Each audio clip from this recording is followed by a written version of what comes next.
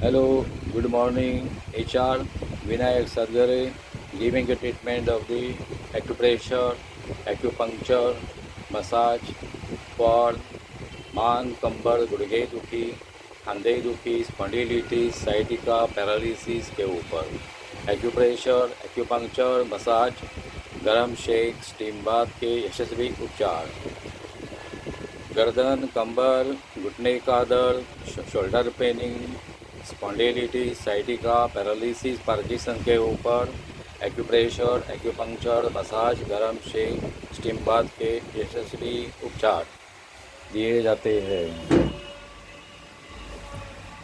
आज का जो विषय है वो है योगा और प्राणायाम।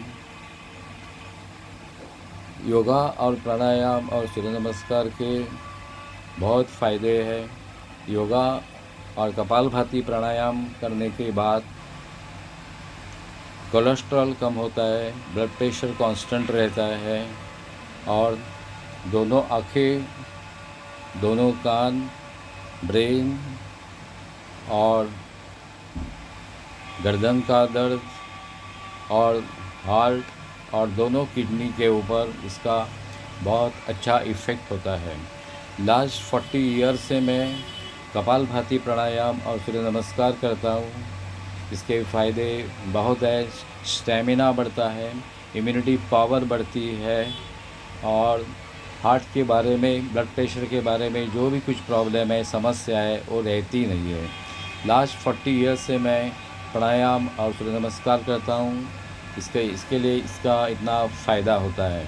आपको भी आज मैं बताने जा रहा हूँ कि हाउ टू परफॉर्म प्राणायाम, कपालभाति प्राणायाम और योगासन कैसे करना है। पहले बताता हूँ, यह है सूर्य नाड़ी और यह है चंद्र नाड़ी।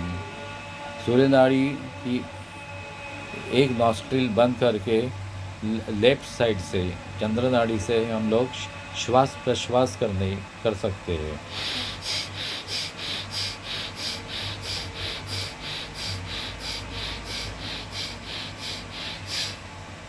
इस तरह से ये है सूर्य नाड़ी और ये चंद्र नाड़ी।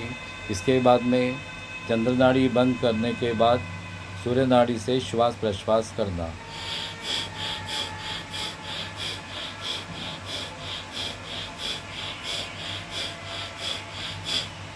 इसको बोला जाता है कपालभाति प्राणायाम। सुबह 5:30-6 बजे उठने के बाद, पेट साफ होने के बाद आप सुखासन में बैठ सकते हैं या चेयर में भी बैठ सकते हैं। और चेयर में बैठ के चंद्र नाड़ी और सूर्य नाड़ी दोनों अल्टरनेटिवली बंद करके श्वास प्रश्वास कर सकते हैं। एट अ टाइम आप सूर्य नाड़ी से 30 और चंद्र नाड़ी से 30, मतलब इससे 30 और इससे 30 करके शुरुआत कर सकते हैं और बाद में हर हफ्ते में उसको बढ़ा सकते हैं। इस तरह से कपालभाति प्राणायाम 30 का एक सेट पूरा होता है।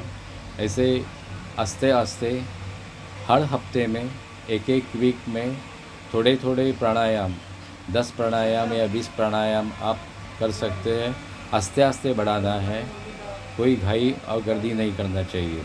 पेट सफ़ा होना चाहिए और हमेशा सुबह में करना अच्छी बात है, या शाम को 5:45 बजे भी कर सकते हैं या सुबह में 6 से 8 बजे भी कर सकते हैं। इसके बाद में आपको मैं एक क्रिया बता रहा हूँ जिसको कहते हैं ऊर्ध्व उज्जायी।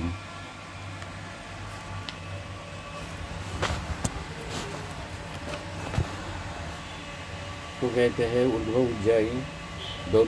दोनों हाथ की घड़ी करके हमें उसको सर के ऊपर लेके जाना है और श्वास लेते लेते, और जब हाथ नीचे लेके आएंगे तब श्वास छोड़ देना है।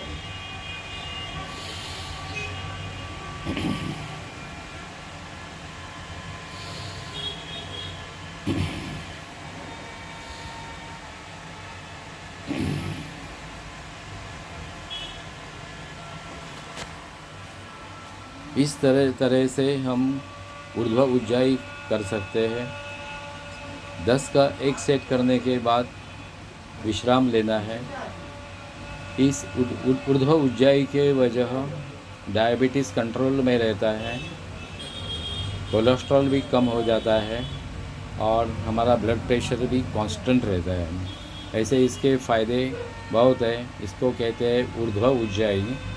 एक ऊर्ध्व उज्जाई और कपालभाति प्राणायाम, सूर्य नाड़ी और चंद्र नाड़ी। सूर्य नाड़ी बंद करके 2 मिनट के लिए आप 30 टाइम श्वास प्रश्वास कर सकते हैं।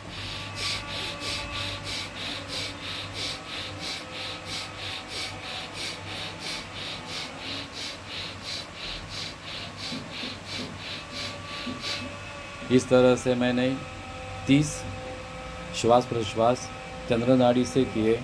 अब चंद्र नाड़ी अभी मैं बंद करता हूँ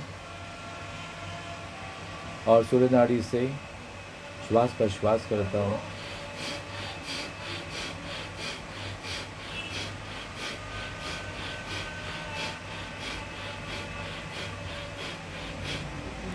इस तरह से हम शुरुआत करने के टाइम सिर्फ 30 प्राणायाम, कपालभाति प्राणायाम, सूर्य नाड़ी और चंद्र नाड़ी से कर सकते हैं और हर हफ्ते में थोड़े थोड़े बढ़ा सकते हैं। 30 के 35, 35 के 40, 40 के 50 और 50 के 60 कर सकते हैं। लेकिन सब क्रिया आस्ते आस्ते करने का, सहज में इजीली जितना जमेगा उतना ही करना। तो इससे अपना सेहत के लिए बहुत चीज़ अच्छा है।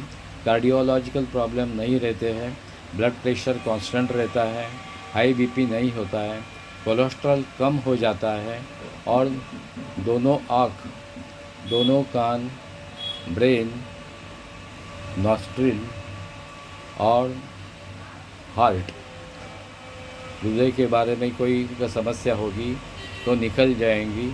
और साथ में दोनों किडनी का भी ध्यान लिया जाएगा। किडनी, हार्ट, दोनों आँख, दोनों कान और नॉस्ट्रिल और ब्रेन का फंक्शन हमेशा इससे अच्छा रहता है। तो इसके लिए ज़रूर सुबह में 5:30, 6, 6:30 बजे उठ के आधा घंटा कपालभाति प्राणायाम और ऊर्ध्व उज्जाई और सूर्य नमस्कार करना बहुत अच्छी बात है। आप सबको बहुत बहुत शुभकामनाएँ। अपनी तबीयत, अपनी सेहत अपने हाथ में है। अगर कपालभाति प्राणायाम और सूर्य नमस्कार किए तो आपकी तबीयत हमेशा के लिए अच्छी रहेगी, इम्यूनिटी पावर बढ़ेगी और बीमार पड़ने की कोई संभावना नहीं रहेगी। कपालभाति प्राणायाम करने के बाद जो ब्लड सर्कुलेशन रहता है बॉडी में वो बहुत अच्छा रहता है। कोलेस्ट्रॉल भी कम होता है, बीपी, ब्लड प्रेशर कांस्टेंट रहता है। इसके लिए सब लोग ज़्यादा से ज़्यादा कोशिश करके अपने बाजू में कोई भी योगा की संस्था होएगा तो उसका 3 महीने का कोर्स करने के बाद कपालभाति प्राणायाम करना अपने सेहत के लिए बहुत अच्छी बात है। आप सबको धन्यवाद सुनने के लिए और हमेशा तबीयत का ख्याल करना, तबीयत को हमेशा कॉन्स्टेंटली अच्छा रखने के लिए कपालभाति प्राणायाम ज़रूर करें। आप सबको शुभकामनाएँ।